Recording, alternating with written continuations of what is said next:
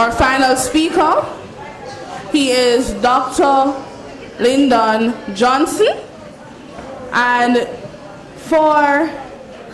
we're just going to go into a brief introduction. I know he has a lot to share. Thank you for those who are still with us. Yes? Dr. Lyndon Johnson. He is a past student of the Brandon Hill All-Age School, that's Clarendon College, and University of the West Indies. Dr. Johnson majored in chemistry. He has an honorary degree in chemistry, and he has pursued postgraduate research in natural products chemistry. He graduated with a doctorate in 1990. I hope I'm not telling them too much about her age. Dr. Johnson. He also worked at the Scientific Research Council, firstly as a scientific officer and then as head of Natural Products Department. Dr. Johnson moved on from the SRC to be one of the founding members of Technosol Limited, and he has served in the position of Managing Director from 1993, I guess when some of you were born, well, were not born, until present. Over the years, his work has been recognized. He has been the recipient of the SRC Scholarship, 1989, the German Academic Exchange Award in 1990.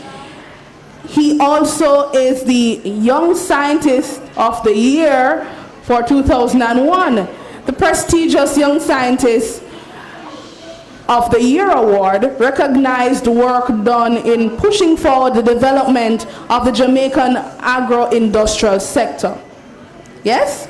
He has been nominated for the Best New Product of the Year in 2003 by the Jamaica Observer Food Awards, and is a regional winner and a nominee for the National Builder Award from the National Commercial Bank in 2008. He's a dedicated Christian, and he's married to Paulette, and the 29-year union, wow, has produced 3 lovely young ones, Natalia, Michelle Ann, and Michael. Help us make welcome Dr. Lyndon Johnson.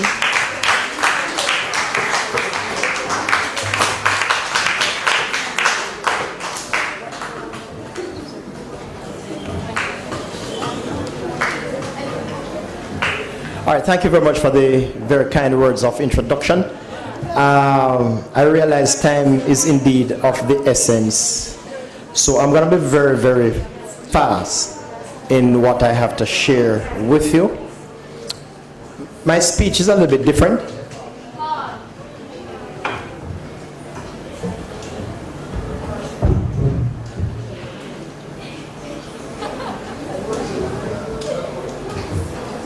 So there are a few objects I carried which I believe can help in conveying what we want to share with you in the moments I have. All right, so I carried with me a bottle of water. Water is really the issue here. I have a pair of binoculars. I've carried a pair of an expired prescription pair of glasses worn by my wife.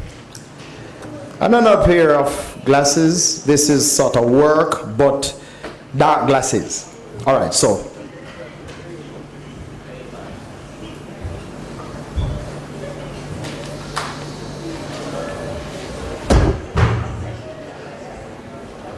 why water? So let me just run very swiftly. Why water? I took out the label of this so that, if you wish and when you have your own time, you could get a bottle of water and try to look through it and to look at objects, because here is the challenge we face. Let us say I'm here in life and my objective is to be located over where the keyboard is as sort of my destiny, my purpose. And vision is therefore my capacity to see myself over there before I reach. So we talk about vision, and you know the Jamaica Society for the Blind, on their logo outside, they carry what is also written on the wall of their buildings on Europe Road. It is the worst thing to have sight, but to lack vision. And indeed, in Holy Scripture, it speaks of without a vision, the people perish. All right, so vision now is really this ability to look at yourself tomorrow or whenever. It is to be able to see where you're going before you get there. It is this capability to look at yourself in your medical garb even while you're in high school. To look at yourself in a lab or in a business place or wherever. Even long before people can imagine you getting there. So the challenge we face today, and what I hope in my few minutes to be able to help you with, it is to deal with some of these things which are kind of impediments to vision. It is to get you past the hurdles, get you past these things that will prevent you, and water is one of them. Not for drinking, not for bathing, but for perception. Have you ever, here's the question, have you ever tried to look at somebody while you're crying? Oh, them look. You know? And just as it is, as I say, we can look at water and then try to look at each other through the mist of water. And I'm using it figuratively because here we're talking about through the mist of your tears or your experiences or things you have been through in life. If you have had bitter experiences and then you're looking at people through those bitter experiences, or through your pain, or through your rejections or failures or abandonments or whatever it is, then the water of your experience is going to impose a distortion on your vision. It is going to cause what you look at to look different. No matter how pretty your wife is, no matter how handsome your husband be, look at him or her through a mist of water and him look twisted, bent up, and ugly. And many times, this is what happens in life when you have the perfect vision, perfect purpose, but you look at it through your pain. You look at it through the failures you have experienced in life, and as a result of that, you refuse it, or you debase it, or you devalue it because it look bend up, and twist up, twist up. In fact, ladies and gentlemen, students, if you look at your own reflection or a picture of yourself, the best picture you took in your life, but look at it through this, how it look.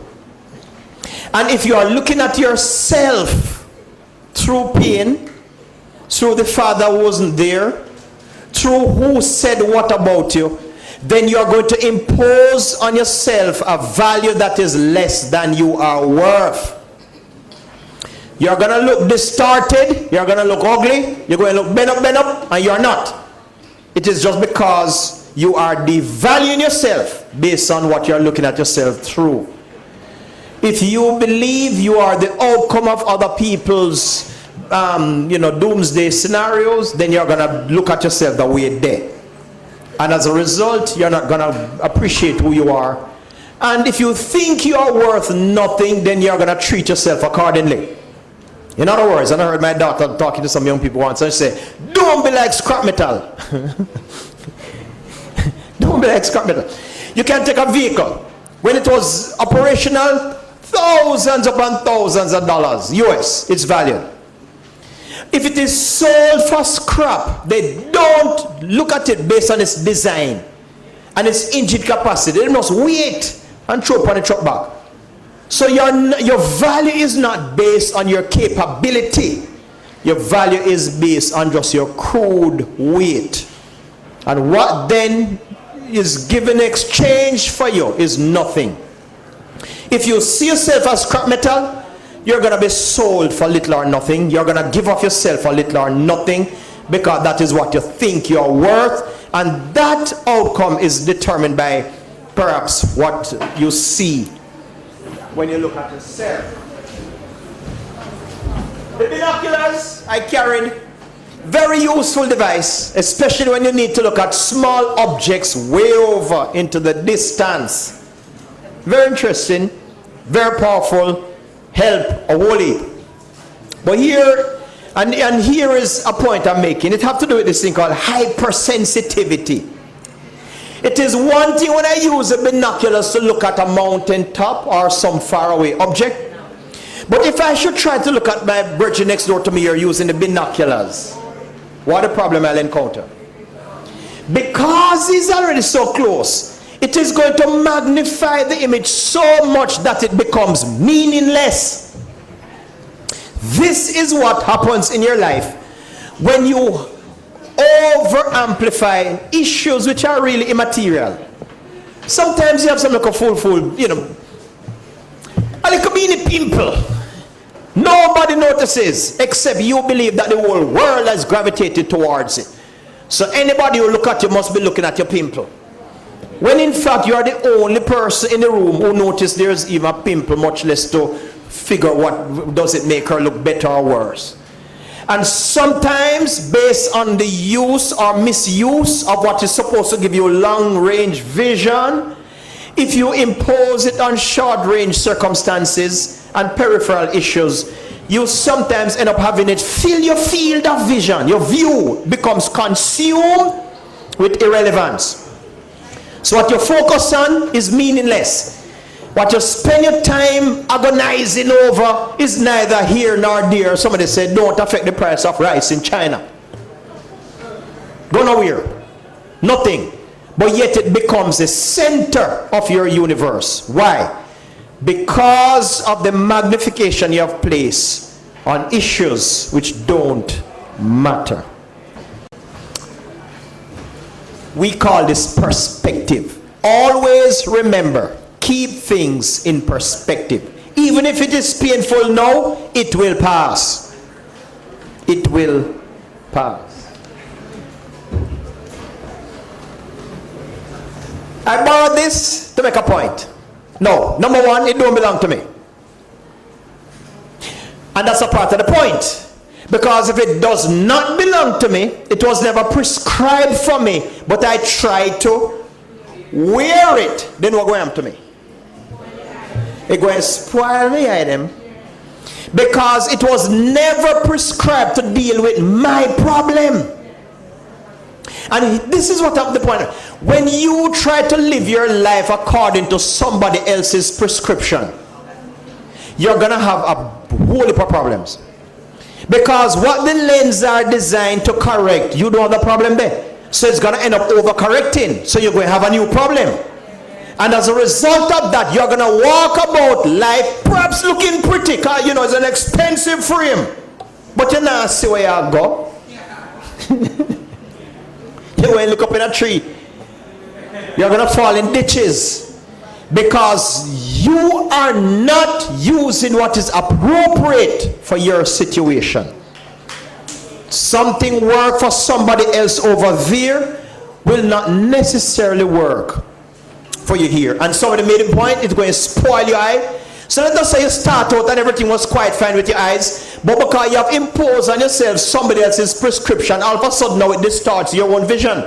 So even after you take off a problem and put it down, you still have to see everything wavy. Because you have now strained your own ability because of what you impose on yourself. And by the way, did I mention this was an expired prescription? So it belonged to my wife. A couple of years ago, she used it and walked up and down with it everywhere she go. After a while, it stopped helping her. Which means that there is a certain time dependence on the relevance of this device. It helped her for a while. Not everything that helps you for a while will help you all the time. Some things expire. Let me stretch it. Some friendships expire. Some relationships, the truth be told, hit the road, Jack. It is now straining you. It is going nowhere. It is just distending, you know, it is just straining your muscles. It is causing you pain because it is no longer relevant. So, please make sure in your pursuit of vision that you work with what work for you. In your study time, I've gone through a whole studies, but I operate different. Some people sit down and feel like they are effective. They spend just hours up and hours up and hours staring at the pages of the book. When in fact, you might well find that, and for me, that could never work. So I play a lot of football. I was a footballer, you know, playing for Clarendon College, UE, different things. And I find it most effective to play a game, all of bath, and then go spend 2-3 hours studying. You remember it more. So I use what worked for me. And I would see people on the way to the field, they must study. On the way back from the field, they must study. On the way to the bathroom, they must study. And at the end of the exam result, them fail. Because often they do what they see other people doing without asking, is it effective? I remember being invited once, and I'm getting ready to close my time, you know, to talk to some folks about working hard. It was a Christian group. Apparently they had a whole place of people that were not pulling their weights. So they had this big banner, much like you have, you know, and on it was written, working hard for the Lord. The only thing is that I couldn't go talk about that. So, after the pleasantries and the introductions were over, I stood right under their big banner and I said, don't work hard. So of course everybody gets surprised, and those who invited me start scratch, got him a wonder what happened to this brethren, you know, because clearly he can't read. Look on the thing right above his head, working hard. I said, no, I cannot in good conscience tell you merely to go work hard. I'm here to tell you, work smart. As those of you who search the scripture will find, the fishermen went out to catch fishes. They toil all night. What they catch? That name, work hard. So work hard in and of itself does not guarantee success. Work smart does. So just merely putting out sweat equity does not guarantee results. But the capacity to be effective, to be goal-oriented, to be result-oriented, to look at what is the outcome you want and then plan what to do to get the outcome you want is quite a different thing than just simply sweating. Looking busy, but accomplishing nothing. And so many of you are going to realize that how far you reach in life is going to depend very much on what works for you. The prescription that is yours and that is time sensitive and that is relevant and that is efficient is what you should work with, even if that is not the prescription for your neighbor. So everybody I walk with them pants drawn down and have been up them face and lean up on wall, but you want on surgeon. So lean up on wall can't get you into med school. Come off of the wall. Deal with it. Because at the end of the day, what that man is hoping out of life based on his prescription is not what you are hoping for. And there comes a time you have to decide enough is enough. Finally, I carry this. It's actually under very, very sunny conditions. It's a very, it's actually work glasses. So if I'm working in the sun, doing heavy, work on a sun conditions, it helps to protect your eyes from the glare. And it kind of looks stylish too. So, you could have put it on and you could have kissed it in various ways, including upside down. Some people find all kind of ways to be the eating. And the point is, I'm confronting this thing that people have, that image is everything. Because this represents image. How other people perceive you. And how you want to be perceived by other people. And what you're therefore willing to sacrifice, to do, to go through in order to feel validated and to feel, that them pat you on the shoulder because of how you appear. When in fact, oftentimes it is irrelevant. It is meaningless and it goes nowhere. So now, under certain conditions, this works very well. Keeping out the glare of the sun. But what happens when the sun go down? Start look full. So when I attempt to wear this in darkness in order to maintain, are you hear me? Image? Many of you are living out trying to maintain image of what you think people think you should be. And as a result, you not only appear fool, but you really become downright dangerous, because when I attempt to wear this in pitch darkness, my judgment become distorted. My capacity to sense distance is affected, so I can't tell where the thing there. I'm not seeing where the hole and the pitfalls are. In fact, I might not even notice that a wall is before me. So I become accident prone. Become, error is the name of the game. And everywhere you go, you just have buck up in something. No, that's a problem. And many of you, in your life, you appear accident prone, when in fact, it is because you have so elevated image above common sense that you become a danger to yourself and to others. Notwithstanding the fact that under certain conditions, there is a certain level of relevance for image. But not all. Image is not everything. Do not sacrifice your life for mere perception, people's perception. Do not surrender your vision merely to be acceptable in a crowd, to appear to be like one. And since everybody wear dark glasses at night, you fit in. But what you're doing, you realize that this thing is dangerous. Worse, let us assume that these lenses were colored blue. What does that mean? As long as I wear it and as long as I subscribe to this image, I'm going to see everything appear to be blue. When in fact, in reality, it is not. It is because of the lens through which I'm looking. So now, I conclude. If you intend to reach your objective, there are certain things you're going to have to observe. Whether you fly high or fly low. One, get rid of the suitcases. Purge yourself of the distortions. Stop looking at yourself through tears. Do not devalue your worth because of what happened in the past and what was. You can't change it, as the previous speaker said, but you can change today based on the decisions you make today. Do not over amplify irrelevant things, not because everybody believe that to wear the Gucci this and the Gucci that is what fit you in, but what's the point? Where does it lead? What's the outcome? And oftentimes there's no meaning. It is just empty. At the end of the day, after all of the, whatever, there's no outcome. Right? Do not live your life according to somebody else's prescription. It may work for them. It may work for you if you have the exact same problem, but likely will not work for you because it's not like you're going to have the same problem. And finally, do not let the pursuit of image so control your life that you live a lifestyle that is dangerous.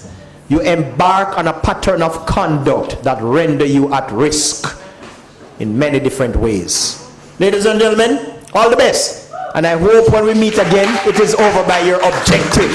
Thank you very much for your kind attention.